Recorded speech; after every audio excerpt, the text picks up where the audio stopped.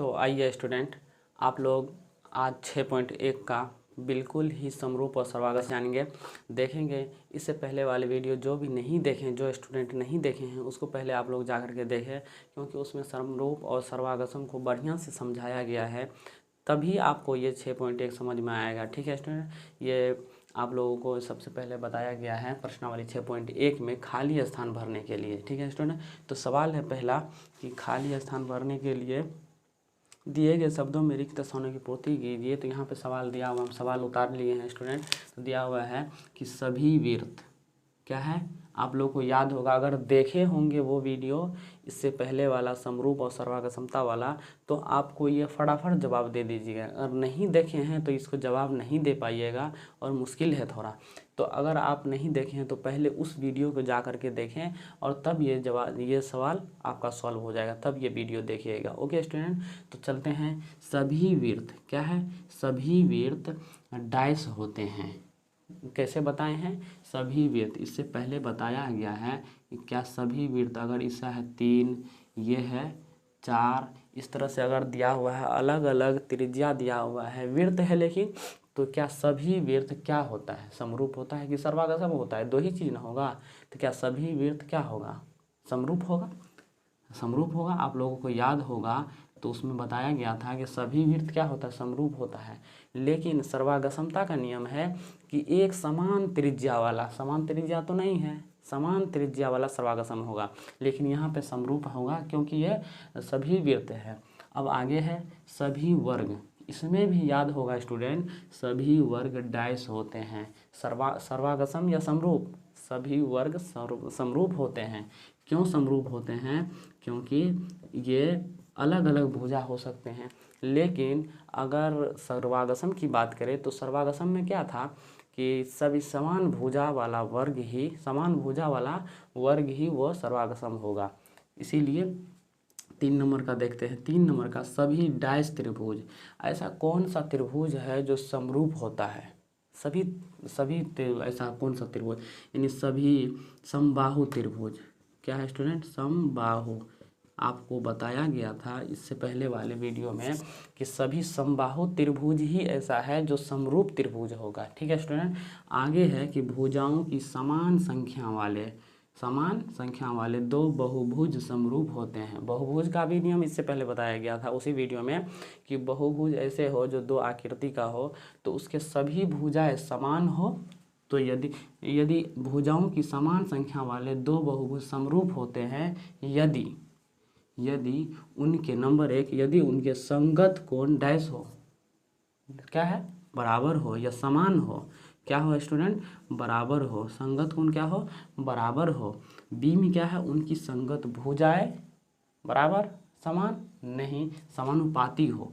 बताया गया था भुजा में क्या होता है, समानुपाती होता है, समानुपाती हो। ठीक है स्टूडेंट, इस तरह से हम लोग खाली स्थान भर लेंगे। जब समरूप और सर्वागसम समझेंगे तो बिल्कुल आसान है, कोई भारी नहीं है। तो 2 नंबर की ओर चलते हैं, इसको मिटा देते हैं, रहने देते हैं, इसको नोट कर लीजिए। तो 2 नंबर में दिया हुआ है स्टूडेंट, सवाल दिया हुआ है कि निम्नलिखित युग्मों के 2 भिन्न भिन्न उदाहरण दीजिए। जैसे नंबर 1 समरूप आकृति, नंबर 1 समरूप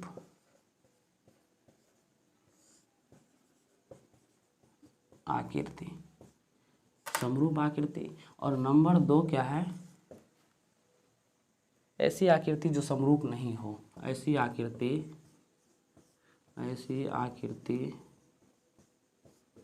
जो समरूप नहीं हो। पहला तो जो समरूप है उसका 2 उदाहरण, दूसरा ऐसी आकृति जो समरूप नहीं हो। तो आप लोग तो फटाक से जवाब दे देंगे क्योंकि आप लोग समरूप और सर्वागसम पहले देखे हैं। तो चलते हैं, इसको मिटा देते हैं और देखते हैं। पहला हम समरूप आकृति के 2 उदाहरण देते हैं। समरूप आकृति क्या होगा, जैसे अगर आयत की बात करें, आकृति 2 आयत लेंगे, ये अगर 6 है, ये 4 है, ये 4 है, तो ये भी 6 होगा। तो उसी तरीक़ा से दूसरी आकृति अगर लेंगे, छोटे वाला, ये अगर लेंगे, 4 ले लेते हैं, 3/2 हो जाएगा। इसको ले लेते हैं 3, इसको भी ले लेते हैं 3, तो ये 4, तो 3/2 हो जाएगा, और ये 3, तो ये 2 और ये 4। तो देखेंगे कि ये ऐसे एक आकृति है जो समरूप होगा। कैसे देखते हैं, इनका सबसे पहले दोनों ये संगत कोण क्या होगा, समान होगा। ये कोण इस संगत के समान होगा, ये कोण इसके समान होगा, और ये कोण इसके समान होगा, ये कोण इसके समान होगा। और अगली बात, बहुत अहम बात, जो 2 नंबर का शर्त है, जो 2 आकृतियों की सभी भुजाएं समानुपाती हो। तो ये आकृति पहला वाला है 6/4, 6/4 बराबर 3/2 बराबर 6/4, 6/4 बराबर 3/2। अगर इसको कटेगा तो काट देते हैं 3/2, ये नहीं कटेगा 3/2, तो 3/2 बराबर 3/2 बराबर 3/2 बराबर 3/2। देख रहे हैं ये सभी समानुपात में आ रहा है। तो इसका मतलब ये क्या है, समरूप है। भुजाओं का समानुपाती होना और कोण का संगत कोण बराबर होना, ये समरूप का उदाहरण है। ठीक है स्टूडेंट, इस तरह से आप आकृति को दर्शा सकते हैं। दूसरा, आप वृत्त को ले लेते हैं, समरूप है। सभी वृत्त क्या है, समरूप है। 2 गो वृत्त ले लेंगे, इसको मान लेते हैं 4, ये मान लेते हैं चलिए 3। ठीक है स्टूडेंट, ये त्रिज्या 4 वाला त्रिज्या, ये 3 वाला त्रिज्या है, तो ये भी क्या होगा, समरूप का ही उदाहरण है। त्रिभुज ले लेंगे, कौन सा त्रिभुज, समबाहु त्रिभुज। 3 ठो उदाहरण हो जाएगा, कोई बात नहीं। अब यहाँ पे ऐसी आकृति जो समरूप नहीं है, आपको बताया गया था इससे पहले, यहाँ पे ही समझा देते हैं कि एक लेते हैं वर्ग, क्या लेते हैं स्टूडेंट, वर्ग। ये अगर 3 है, चलिए 4 ले लेते हैं, 4 है, ये भी 4, ये भी 4, ये भी 4, तो ये क्या है, वर्ग है, और ये वृत्त है। तो सबसे पहली बात कि इनकी भुजा क्या है, इनकी भुजा, तो ये इसमें भुजा है, ये नहीं है, इसमें भुजा है, तो ये क्या होता है, परिमाप है। इसका क्या करेंगे, ये परिधि है, तो इस परिधि को इस भुजा से अगर तुलना करते हैं तो बिल्कुल ही अलग है, चित्रे अलग है। दूसरी बात कि ये 90 डिग्री है, तो इसमें कोण नहीं बन रहा है। और ये भुजा 4 सेंटीमीटर के, ये भुजा आकृति वृत्त और भूवर्ग में कितना डिफरेंट है। इस तरह से आप 2 उदाहरण ले सकते हैं। अगला उदाहरण, अगर जो समरूप नहीं है, तो एक समकोण त्रिभुज ले लीजिए। एक क्या लेंगे, समकोण त्रिभुज। एक समबाहु त्रिभुज ले लीजिए। ये 3 है, ये 3 है, ये भी 3 है मान लेते हैं, ये 2 है, ये 3 है, ये 4 है ले लेते हैं।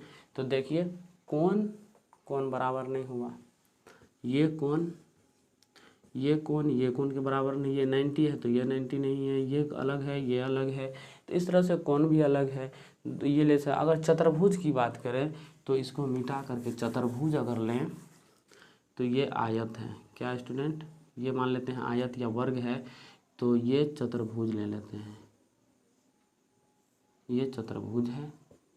ये अगर 2 है तो ये 3 है, ये 3 है, ये 3 है, ये 3 है, और ये 3 है, ये 2 है, ये 3 है। इस तरह से अगर बात करें तो ये दोनों, पहली बात कि कोण ही इक्वल नहीं है, यानी कोण संगत कोण बराबर ही नहीं है। ये 90 है, ये 90 नहीं है, ये भी 90 नहीं है, ज़्यादा होगा। ये 90 है, ये भी 90 है, ये ज़्यादा है, ये कम है, तो संगत कोण भी बराबर नहीं है। तो इस तरह से 2 उदाहरण हम ले करके बता सकते हैं कि ये आकृति क्या है, समरूप नहीं है। ठीक है स्टूडेंट, तो इसमें क्या चेक करना है स्टूडेंट कि समरूप निम्नलिखित आकृति समरूप में है या नहीं। तो इसको हम कैसे देखेंगे, देखते हैं। ये दिया हुआ है 1.5, ये 3, और ये 1.5/3 बराबर 1.5/3, 1.5/, इस तरह से हम सभी भुजाओं का समानुपाती निकालते हैं। तो सभी भुजा समानुपात में होता है, लेकिन समानुपात में होता है। अब कोण देखते हैं, ये कोण अगर देखेंगे चतुर्भुज है ये, और ये समवर्ग है, तो वर्ग का एक कोण, सभी कोण क्या होगा, 90 डिग्री का होगा। और चतुर्भुज का क्या होता है कि कोई कम होता है, कोई ज़्यादा होता है। ये 90 से प्लस होगा, 90 से कम होगा। तो इसका मतलब है कि इनके संगत कोण क्या है, बराबर नहीं है, तो इसीलिए यह समरूप में नहीं होगा। और यहाँ पर लिख दिए हैं कि यह समरूप नहीं है। ठीक है स्टूडेंट, यह समरूप में नहीं है, तो ये लिख दिए नहीं, यह समरूप में है या नहीं पूछा, तो इसीलिए हम यहाँ पर लिख दिए समरूप में नहीं है। तो स्टूडेंट ये आप लोगों को बहुत छोटा वीडियो में 6.1 को मैं कंप्लीट किया हूँ, क्योंकि ये समरूप और सर्वागमता का नियम था, इसमें मैं बताया। तो आप लोग इससे अगले वाले वीडियो देखना ना भूलेंगे, क्योंकि उसमें मैं प्रमेय बताऊंगा जिसको थ्योरी बोलते हैं। अब ये त्रिभुज का थ्योरी जो है बहुत ही इम्पोर्टेंट मायने रखता है। कभी एग्ज़ाम में 5 नंबर वाला एग्ज़ाम में पूछ देता है, या फिर उससे रिलेटेड आप क्वेश्चन नहीं सॉल्व कर पाएंगे। जब तक वो थ्योरी देखेंगे नहीं तब तक आप उसका क्वेश्चन नहीं बना पाएंगे, एक भी क्वेश्चन नहीं टच हो पाएगा। तो इसीलिए आप लोग देखना नहीं भूलेंगे। जैसे त्रिभुज का प्रमेय क्या होगा कि एक त्रिभुज दिया हुआ है, उसमें पूछेगा कि क्या बी सी डी ई के समांतर होगा, क्या बी सी समांतर डी ई। दूसरा क्या पूछेगा, क्या ए डी बट्टे डी बी बराबर होगा ए ई बट्टे ई सी के, क्या ये इसके समानुपाती में होगा। तो ये दोनों ही थेल्स प्रमेय है, और इस प्रमेय को मैं प्रूफ करूंगा अगले वीडियो में। तो आप लोग बिल्कुल ही बने रहेंगे मेरे वीडियो के साथ।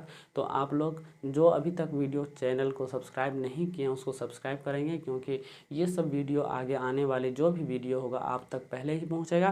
क्योंकि एग्ज़ाम बहुत ही करीब है, और 14 फरवरी मेरे ख्याल से एग्ज़ाम है।